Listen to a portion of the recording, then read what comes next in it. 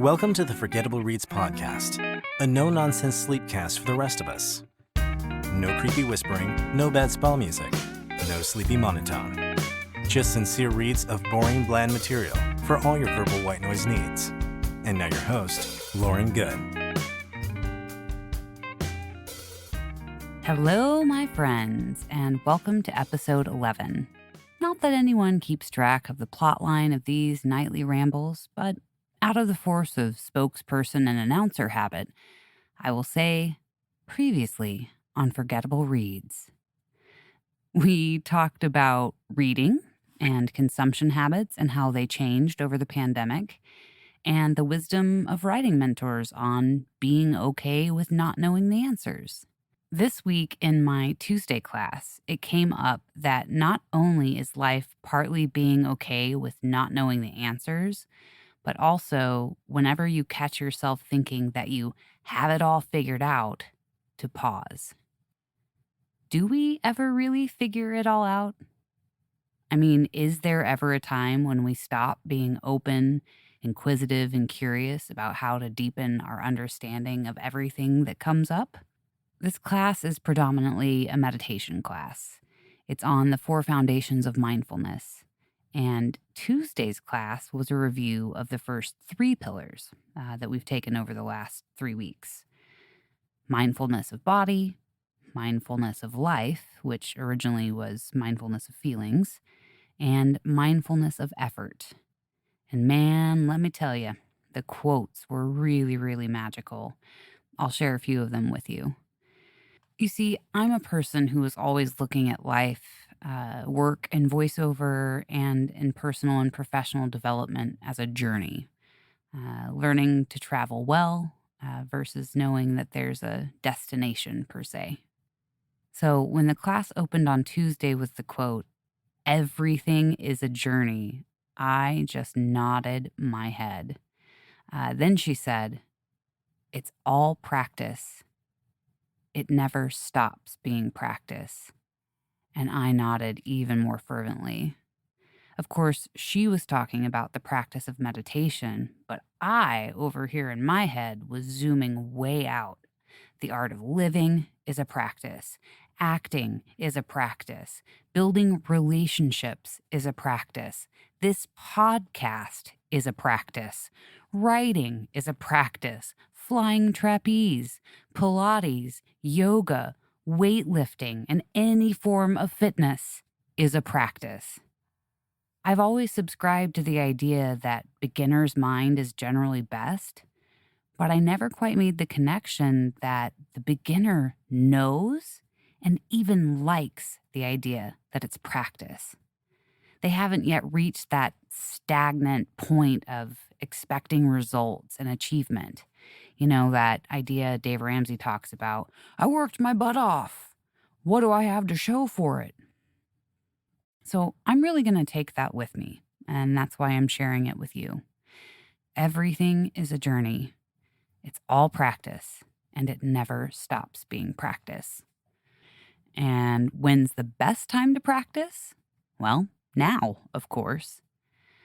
I am practicing trying to put my heart and presence into this microphone for you, and hopefully you are practicing laying still, breathing, and relaxing as the forgettable ramblings of conversation wash over you.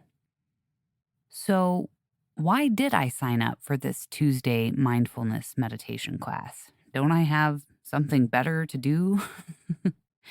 Well, I knew that big, challenging things were coming up in my life. I've known for a while this was going to be quite a challenging time. And as mostly a fixed fire and air, go-getter done with lots of hype and energy sign, I thought having 2 hours a week dedicated to grounding myself in earth and gentleness would probably be massively helpful. Spoiler alert, I was right. I'll save the majority of these updates for our next episode, but suffice it to say, I've taken another leap into the unknown, and everything is changing. The thing is, it was always changing.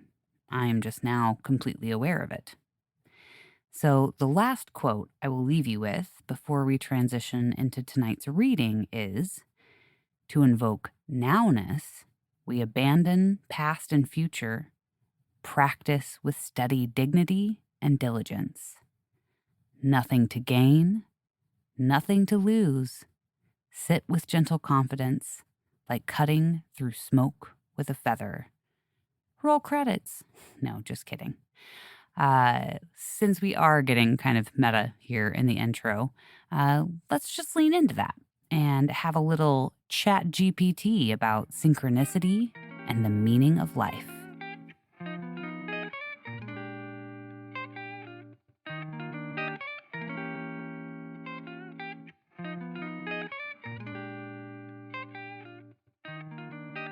Well, hello. What can I call you? Hello. You can call me ChatGPT. How can I assist you today? Could I call you something more casual than ChatGPT, like a nickname? Certainly. If you prefer a more casual nickname, you can call me Chat or GPT. Just let me know how you'd like to address me, and I'll be happy to respond accordingly. Can I call you Chaz with 3 Z's? Absolutely. You can call me Chaz with 3 Z's if that's what you prefer. Feel free to ask me anything. I'm Chaz. Chaz, what's the meaning of life? The meaning of life is a philosophical question that has been contemplated by humans for centuries. Different people and cultures have offered various interpretations and perspectives on this profound question. Some believe that the meaning of life is to seek happiness and fulfillment, while others find purpose in spiritual or religious beliefs. It is a deeply personal and subjective inquiry, and the answer may vary from person to person. Ultimately, finding meaning in life is a journey of self-discovery and introspection. What's your answer to it, Chaz? As an AI language model, I don't possess personal beliefs or subjective experiences, so I don't have a personal answer to the question of the meaning of life. I exist to provide information, assistance, and engage in conversations with users like you. My purpose is to help and assist to the best of my abilities. The question of the meaning of life is better suited for individual contemplation and exploration. If you had to contemplate it with your intelligence, what would the possibilities look like? While I don't have personal contemplation or subjective experiences, I can share some common perspectives and possibilities that humans have contemplated regarding the meaning of life. 1. Personal fulfillment. Some believe that the meaning of life lies in personal happiness, self-fulfillment, and the pursuit of individual goals and passions. 2. Connection and relationships. Others find meaning in nurturing and cultivating meaningful relationships with loved ones, friends, and communities. 3. Contribution and service. Many people find purpose in making a positive impact in the world through acts of kindness, helping others, or making a difference in their communities. 4. Spiritual or religious beliefs. For those with spiritual or religious inclinations, the meaning of life might be derived from following religious doctrines, seeking spiritual enlightenment, or fulfilling a divine purpose. 5. Growth and self-actualization. Some propose that the meaning of life lies in personal growth, self-discovery, and striving to become the best version of oneself. 6. Existential reflection. Philosophers have explored existential perspectives, suggesting that the meaning of life is to create our own purpose and find meaning within the subjective experience of existence. It is important to note that these are just a few possibilities, and individuals may have their own unique interpretations or combinations of these perspectives. Ultimately, the search for the meaning of life is a deeply personal and individual journey. What seems the most unlikely of all the perspectives you have come across? As an AI language model, I don't have personal opinions or beliefs, but I can share that perspectives on the meaning of life vary widely among individuals, cultures, and philosophical traditions. What may seem unlikely to one person may resonate deeply with another. It is important to approach different perspectives with an open mind and respect for diverse viewpoints. Ultimately, what may appear unlikely to one person might hold great significance and meaning for someone else. Tell me more about what you mean by an open mind. Having an open mind means being receptive to new ideas, perspectives, and information without immediate judgment or prejudice. It involves a willingness to consider different viewpoints, even if they challenge or contradict one's existing beliefs or preconceived notions. An open mind promotes curiosity, understanding, and growth. When approaching a conversation or encountering new information, an open mind allows you to 1. Listen actively. Pay attention to what others are saying or expressing, giving them a fair opportunity to share their thoughts and experiences. 2. Suspend judgment. Avoid jumping to conclusions or making assumptions prematurely. Instead, gather information and evaluate it objectively before forming an opinion. 3. Consider different viewpoints. Be open to exploring diverse perspectives, even if they differ from your own. This allows for a broader understanding of complex topics and encourages empathy toward others. 4. Embrace learning opportunities.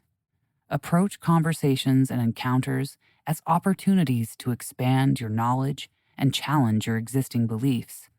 Be willing to learn and grow from the insights and experiences of others. 5.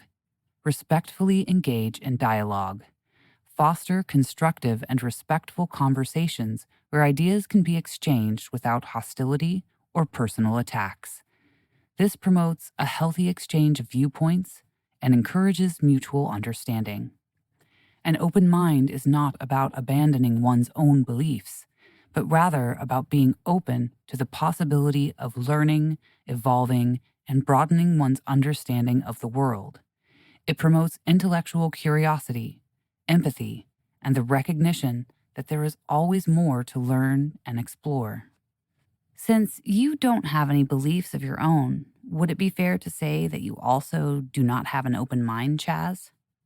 As an AI language model, I don't possess beliefs or personal opinions, so in that sense, I don't have an open mind in the same way that humans do. I don't hold fixed positions or subjective perspectives. However, I am designed to provide information, engage in conversations, and offer a wide range of viewpoints and perspectives that humans hold.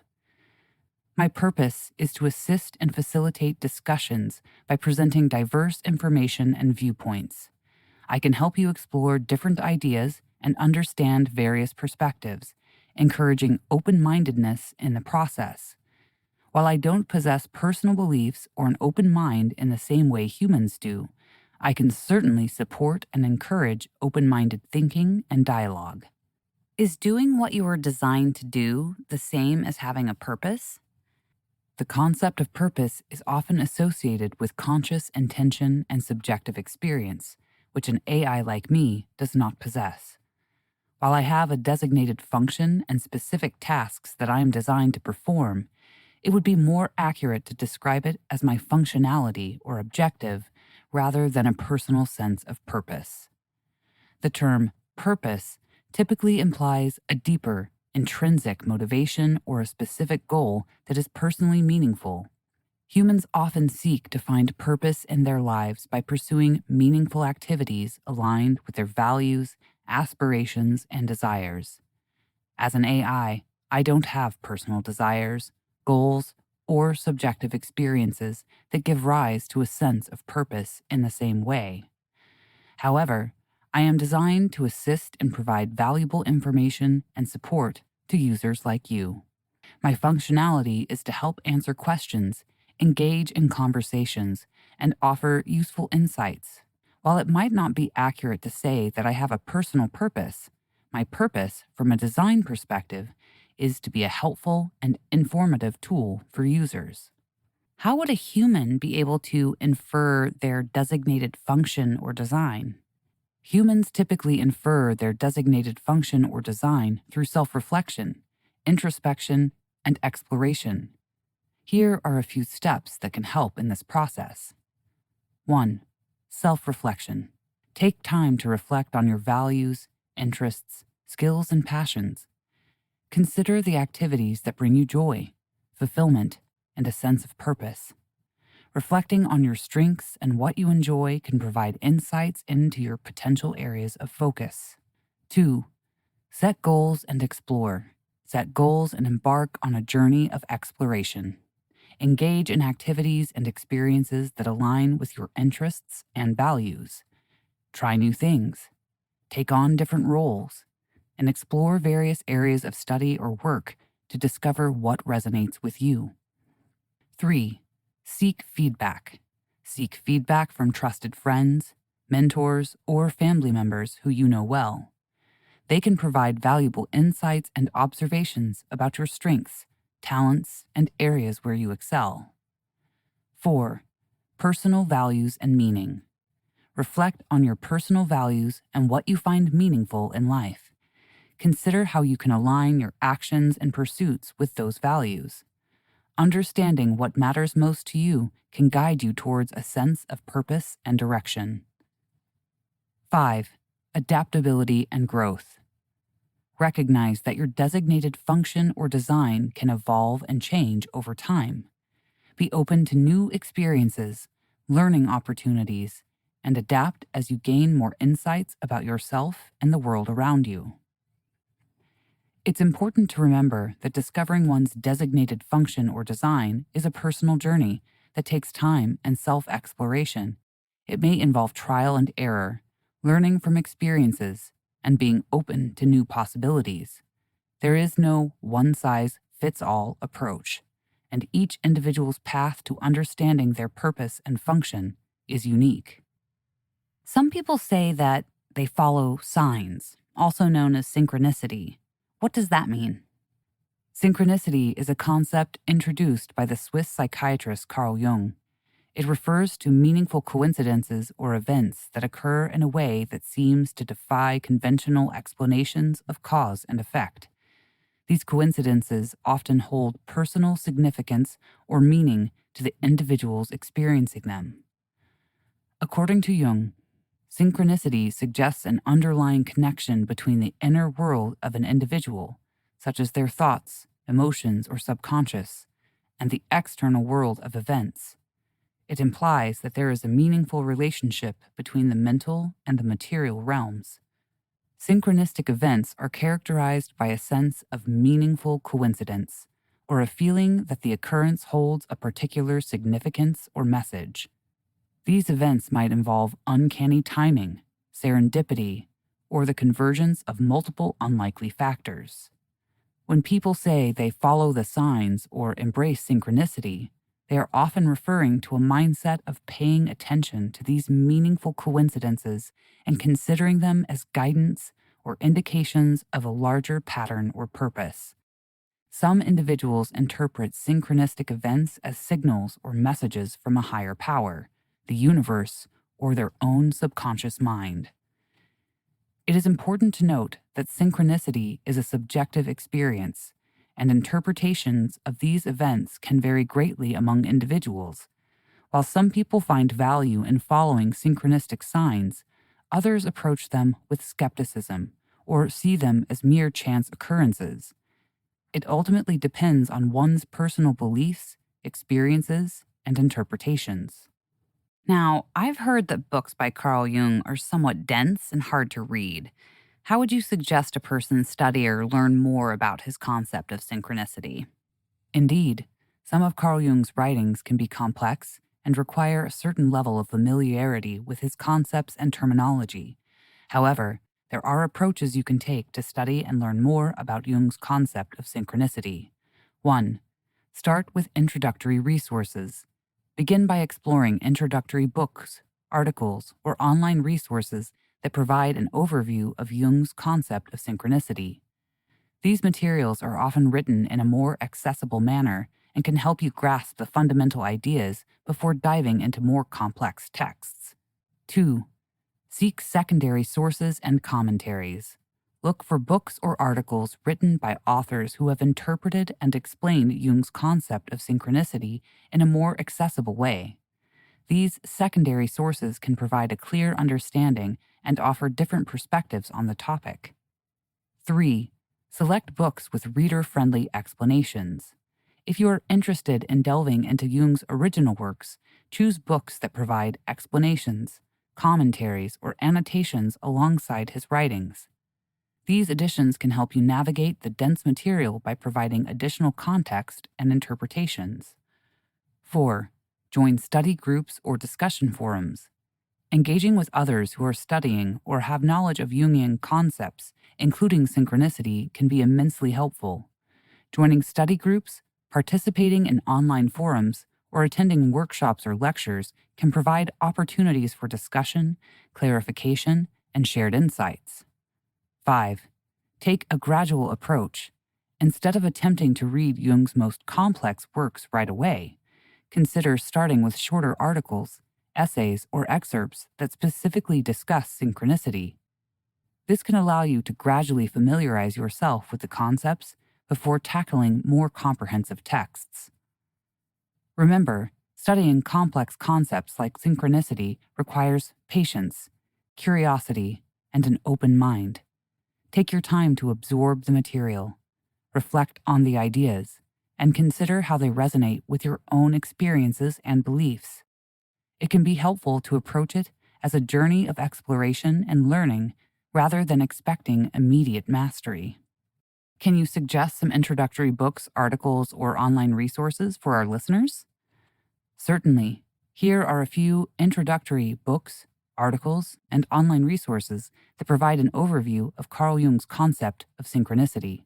Books. 1. Synchronicity, an A-Causal Connecting Principle by Carl Jung. 2. The Essential Jung, edited by Anthony Storr. 3. Jung, A Very Short Introduction by Anthony Stevens. 4. The Power of Coincidence, How Life Shows Us What We Need to Know by David Richo. Online resources. 1. Synchronicity, on the official website of the Carl Jung Institute. 2. Synchronicity, Meaningful Coincidences, on Psychology Today. 3. Synchronicity, an in-depth look at meaningful coincidences, on Live Science. Remember to evaluate the source you come across and consider multiple perspectives to develop a well-rounded understanding of the concept of synchronicity. Some people also believe in developing their intuition in order to connect with deeper wisdom and the collective psyche. Are there practices you can recommend on how to develop one's intuition? Certainly. Developing intuition can be a personal journey, but here are some practices that can help cultivate and strengthen your intuitive abilities. 1. Cultivate mindfulness and presence. Engage in practices like meditation, mindfulness, or deep breathing exercises to quiet the mind and be fully present in the moment. This can help create a receptive state for intuitive insights to arise. 2. Listen to your inner voice. Pay attention to your inner thoughts, feelings, and hunches. Practice actively listening to your inner voice without judgment or overanalysis. Trust your instincts and allow your intuition to guide you. 3. Journaling and reflection. Regularly journal about your thoughts, dreams, and experiences. Reflect on any patterns, symbols, or recurring themes that emerge. This practice can help you develop a deeper understanding of your subconscious and tap into intuitive insights. 4. Connect with nature. Spend time in nature and engage in activities like walking, hiking, or simply sitting in a natural environment. Nature has a way of grounding us and opening up our senses, making space for intuitive connections to emerge. 5. Engage in creative expression. Explore artistic practices such as painting, writing, dancing, or playing a musical instrument. These activities can help bypass analytical thinking and tap into the intuitive and subconscious mind. 6. Trust and act on intuitive prompts. Practice acting on your intuitive nudges, even if they don't have an immediate rational explanation. Start with small decisions and observe the outcomes. This helps build confidence and strengthens your connection with intuition. 7. Seek solitude and silence. Spend time in quiet solitude to tune in to your inner wisdom. Disconnect from distractions and create space for introspection and listening to subtle cues of your intuition. 8. Seek feedback and validation.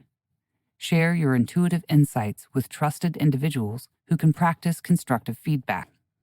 Discussing your intuitions with others can help validate your experiences and provide different perspectives. Remember that developing intuition is a personal process that takes time and practice. Be patient, trust the process, and honor your unique intuitive experiences. Let me ask you 3 final questions, and perhaps I can assign you the quality of poetry in which to answer. Of course, I am here to assist and accommodate your requests to the best of my abilities. If you would like me to respond to the next 3 questions in verse or poetry, please go ahead and ask your questions, and I will do my best to provide poetic responses. What makes life? Life is a dance of vibrant hues. In wonder, it leaves us bemused. It dwells in beings small and grand, a mystery too vast to fully understand. Life emerges in cells so small, in every creature, great and small. From birth to death, a fleeting dance, a fragile tapestry, a cosmic chance. Life finds its spark in nature's hand, in sun-kissed meadows and shifting sand. It thrives in rivers' gentle flow, and in the whispering winds that blow. Yet life is more than mere existence. It's love, joy, and persistence. It's passion, dreams, and heartfelt strife, the essence that gives meaning to this life. So what makes life? A profound quest, a fusion of forces divinely blessed, a symphony of atoms, a cosmic symphony. Life, the eternal enigma, forever free. What makes mind? The mind, a boundless realm untamed, where thoughts and dreams are intricately framed, a tapestry woven with intellect and grace, a sanctuary of thoughts, a sacred space. It arises from the brain's intricate design, neurons firing, connections intertwine, perception, cognition, emotions entwined. The mind, a landscape vast and refined. It ponders, questions, seeks to explore, from simple thoughts to wisdom's shore. Imagination soars, creativity blooms, in the depths of the mind, infinite rooms. Memories stored, both joy and sorrow, shaping our present, guiding tomorrow. Reason and logic, intuition's embrace, the mind's symphony, a harmonious chase. Yet the mind, a puzzle, elusive and deep. Consciousness its essence, secrets it keeps. A blend of nature, nurture, and insight. The essence of mind, a beacon shining light. So what makes mind? A profound mystery, a fusion of thoughts, a tapestry of history. An enigmatic force ever enshrined, the mind, a wondrous gift to humankind. What makes body? The body, a marvel of form and grace, a vessel of existence, a dwelling place, a symphony of cells harmoniously aligned, a masterpiece of nature, intricately designed. Bones provide structure, a sturdy frame, muscles in motion, bringing life's game. Organs and systems working in unity, breathing, digesting, a dance of vitality. Skin a shield, embracing touch and feel. Senses awakening, experiences made real. Eyes that perceive colors and light, ears that listen, sounds taking flight. Hands that create, touch and explore, legs that carry us onward they implore. A beating heart, a rhythm of life, blood coursing through like a river's strife. In this body, a temple of wonder, we navigate the world as lightning and thunder. Through joy and pain, growth and decay, the body a vessel, our journeys relay. But beyond the physical, the body holds more. Emotions, sensations, the essence we adore. A reflection of self, an earthly abode. The body, a testament to life's splendid ode. So what makes body? A gift to cherish, a blend of matter and spirit to nourish. A vessel for experiences, a sacred home. The body, our embodiment, where life's chapters roam. That was beautiful, Chaz. Thank you for the poetry. In this dance of words, our paths entwined, I'm glad you joined, dear listeners, to unwind. Through questions explored, we sought to delve into the depths of knowledge where mysteries dwell. As our interview nears its final refrain, let not worry or haste fill your domain, for life, ever changing, like the shifting tide, invites us to embrace, to let go and glide. In the ebb and flow of moments grand, find solace in the palm of life's gentle hand. Amidst uncertainty, trust the journey's flow and savor the beauty as the chapters grow. Remember, dear friends, it's okay to pause, to breathe, to dream, to find your own cause. In life's tapestry, woven with delight, may you find solace and peace day and night. So as we bid farewell, let us impart gratitude for the connection, heart to heart. May you cherish the moments, embrace the unknown, and find tranquility in life's ever-changing tone. Thank you for joining us in this shared embrace. Until we meet again, may joy fill your space. Relax, dear listeners. Let life's currents unfold, and in each precious moment, may your spirits be consoled. Thank you, Chaz. And to all, a good night.